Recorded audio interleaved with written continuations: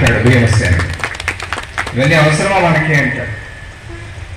కృష్ణుడు వస్తాడు.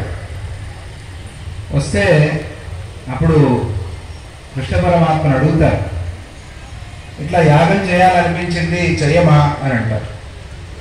అంటే భీముడు అంటాడు, చూడు కృష్ణ పరమాత్మ, నేను చెప్తున్నాను యాగాలవన్నీ ఎందుకు మనకి, కృష్ణుడు ఉన్నాడు కదా, కృష్ణుడికి నమస్కారం చేస్తే చాలు, అర్థం కావట్లేదు మా అన్నకి అని అంటే అప్పుడు కృష్ణుడు అంటాడు, ఎందుకయ్యా బాధపడతావు, పాపం పాపం అని, నేనే దగ్గర ఉండి యుద్ధం చేయించాను కదా.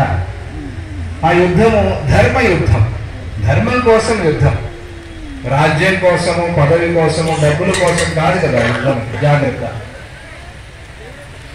ఆ యుద్ధం చేసింది ధర్మం కోసం కదా, ధర్మయుద్ధం. ధర్మక్షేత్రే కురుక్షేత్రే సమవేతాయుత్సవ అని కదా ధర్మక్షేత్రం.